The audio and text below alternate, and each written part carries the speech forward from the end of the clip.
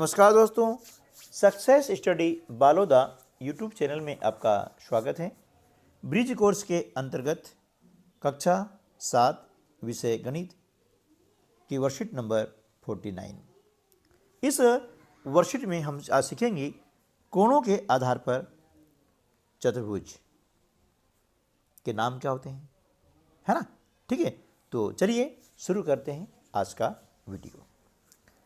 आपको देखिए एक उदाहरण दिया गया है और इस उदाहरण में आपको 3 दिए गए हैं चतुर्भुज। क्या दिए गए हैं? चतुर्भुज।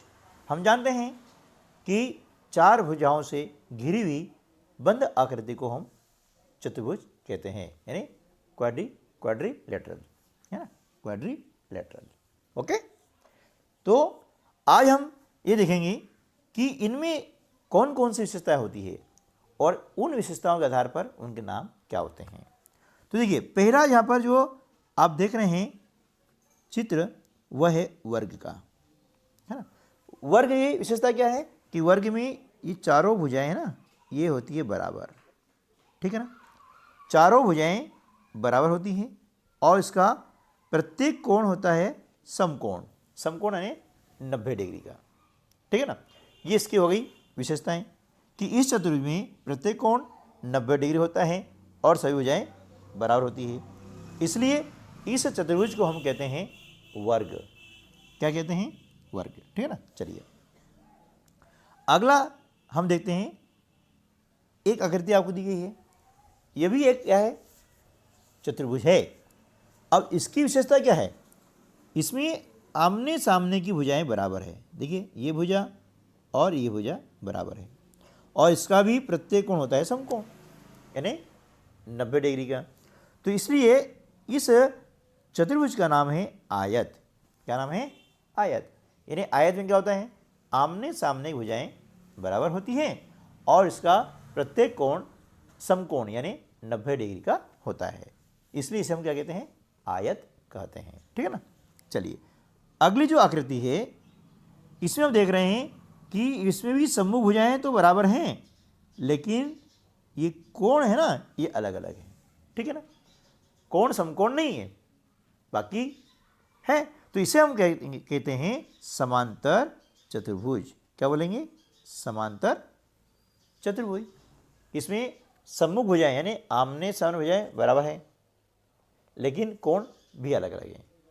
कोण इसमें समान नहीं है, जैसा कि आयत में था कि प्रत्येक कोण 90 डिग्री का। अब आयत को ही थोड़ा सा हम दाईं ओर या बाईं ओर झुका देते हैं तो क्या बन जाएगा? वो समांतर चतुर्भुज, ठीक है ना। चलिए अब इस चतुर्भुज में क्या होता है कि सम्मुख कोण जो होते हैं ना, ये बराबर होते हैं। कैसे? ये कोण और ये कोण, ये दोनों कोण होंगे बराबर, और ये कोण और ये कोण होंगे बराबर, ठीक है ना। चलिए अब हम यहां पर अभ्यास देख लेते हैं। जैसा कि अभी हमने पढ़ा कि चतुर्भुज के कौन कौन से गुण धर्म होते हैं, है ना, तो उन्हीं गुणों के आधार पर यह सारणी को पूर्ण करना है। कि जैसे कि यहाँ दिया है समांतर चतुर्भुज, अब ये समांतर चतुर्भुज है, हाँ है ना। सभी भुजाएं इसमें बराबर है? नहीं है। सम्मुख कोण बराबर है? हाँ है। विकर्ण बराबर नहीं है, और विकर्ण क्या इसमें परस्पर लंब होते हैं? नहीं होते हैं, ठीक है ना। इसी प्रकार से यह आयत में कि आयत एक समांतर चतुर्भुज है ना, और इसमें सभी भुजाएं बराबर है क्या? नहीं है। इसमें सम्मुख कोण बराबर हैं और विकर्ण भी इसमें बराबर होते हैं, ठीक है ना। इसी प्रकार से वर्ग में ये चतुर्भुज समांतर है तो हाँ है, हाँ। सभी भुजाएं बराबर है? हाँ है। सम्मुख कोण बराबर है? हाँ है। और इसके विकर्ण बराबर होते हैं? हाँ होते हैं। और क्या इसके विकर्ण परस्पर लंब होते हैं? हाँ होते हैं, ठीक है ना। ये हमने इसको फिलअप कर दिया है। अब हम कर लेते हैं अभ्यास क्रमांक 2। रिक्त स्थानों की पूर्ति कीजिए। आयत का प्रत्येक कोण क्या होता है? समकोण। आयत के सम्मुख भुजाओं की लंबाई बराबर होती है। वर्ग के विकर्ण एक दूसरे पर परस्पर लंब होते हैं। सम चतुर्भुज की सभी भुजाएं समान होती है। देखिए यहाँ पर भी वर्ग और समचतुर्भुज दोनों में अंतर क्या है? वर्ग में सभी भुजाएं बराबर होती है, साथ में एक गुण और है कि उसका प्रत्येक कोण समकोण होता है। लेकिन समचतुर्भुज में प्रत्येक कोण समकोण नहीं होता है, इसमें 4 भुजाएं बराबर होती है। इसको भी हम क्या है, थोड़ा सा दाईं ओर है बाईं ओर झुका देते हैं ना, तो वर्ग से बन जाता है समचतुर्भुज। ठीक है ना। अगला है समांतर चतुर्भुज की समूह भुजाएं बराबर होती है। ठीक है ना। चलिए अब हम चलते हैं वर्कशीट नंबर 50 पर। इसमें हम समझ लेते हैं 3D वस्तुओं की समझ। अब 3D यानी क्या, जिसको हम चारों तरफ से देख सकते हैं, है ना। 2D यानी इसे सिर्फ सामने देख सकते हैं, यानी 2D में 2 विमाएँ होती हैं, 2 डायमेंशन, और 3 में 3 डायमेंशन। जैसे वर्ग हैं, आयत है ना, ये क्या हो गया 2D, क्योंकि इसमें लंबाई चौड़ाई है और सिर्फ हम सामने से ही देख सकते हैं। लेकिन जैसे घन, घनाभ, ये क्या है 3D है, क्योंकि इसमें लंबाई चौड़ाई और ऊंचाई 3 विमाएँ होती है। ठीक है ना, ये 3D के लायक। ठीक है। चलिए तो अब हम क्या करते हैं, यहाँ पर देख लेते हैं कि कौन सी शेप, उसका नाम क्या है और उसका आकार कैसा है, त्रिविमीय है या नहीं है। तो देखिए यहाँ पर है, ये शेप है क्या, गेंद है, और गेंद का त्रिविमीय आकार क्या होगा, गोला, यानी गेंद कैसे होती है, गोले के समान होती है ऐसा। आइसक्रीम का कोन है, यह शंकु, और पासा यह घन, इसका त्रिविमीय आकार क्या हो जाएगा, घन हो जाएगा। केन का बेलन और बॉक्स का घनाभ। अभ्यास है कि किन्हीं 5 वस्तुओं के नाम बताइए जो गोले से मिलती जुलती हों। गेंद, फुटबॉल, वॉलीबॉल और लड्डू। ठीक है ना, ये क्या है, गोले से मिलती जुलती हैं। प्रश्न 2, ऐसी 5 वस्तुओं नाम बताइए जो शंकु से मिलती जुलती हैं। तो ये जोकर की टोपी, आइसक्रीम कोन और सैनिकों का तंबू, वह शंकु के आकार से मिलता जुलता है। अब हम कर लेते हैं वर्कशीट नंबर 51। इसमें समझेंगे किनारे, शीर्ष व फलक।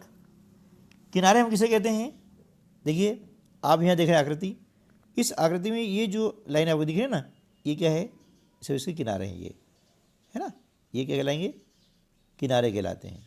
ठीक है ना। और शीर्ष, अब शीर्ष यानी ये जो पॉइंट है, ये यहाँ वाला, ये आपके कहलाएंगे शीर्ष, ये है ना, ये वाले।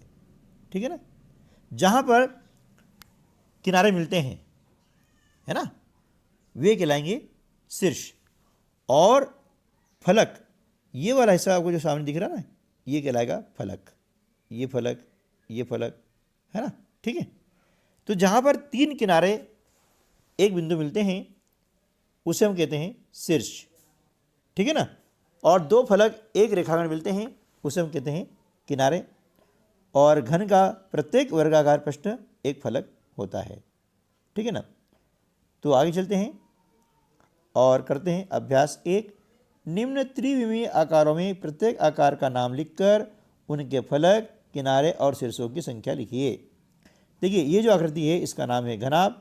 इसमें 6 फलक होते हैं, 12 किनारे होते हैं और 8 शीर्ष होते हैं, है ना। देखिए 6 फलक, एक सामने दिख रहा है, एक पीछे, एक दाईं तरफ, एक बाईं तरफ, एक ऊपर और एक नीचे, है ना। और इसमें देख रहे हैं फलक हो गए 6, फिर किनारे, ये आप देख रहे हैं, ये किनारे है, ये किनारे होते हैं 4 और 4 जोड़े कितने 8, 9, 10 और 11 और एक पीछे ये 12। शीर्ष ये 1, 2, 3, 4, 5, 6 और 7, एक नीचे वाला ये 8, ये शीर्ष हो गया ना। अब इसी प्रकार से ये चित्र है पिरामिड का। इसमें 4 फलक होते हैं, 6 किनारे और 4 शीर्ष। इसी प्रकार से आगे चलते हैं तो ये आता है शंकु। शंकु में 2 फलक होते हैं, एक ये वाला और एक ये नीचे वाला। किनारा एक ही है ना, ये वाला किनारा जो वृत्ताकार है ये एक किनारा है और शीर्ष एक ही है, ये वाला शीर्ष एक है। ठीक है ना। चलिए तो इस प्रकार से हमने आज के वीडियो में सीखा है ना, किनारे, शीर्ष और फलक की समझ, ठीक है ना, और चतुर्भुज की समझ। मिलते हैं अगले वीडियो में, तब तक के लिए नमस्कार, जय हिंद।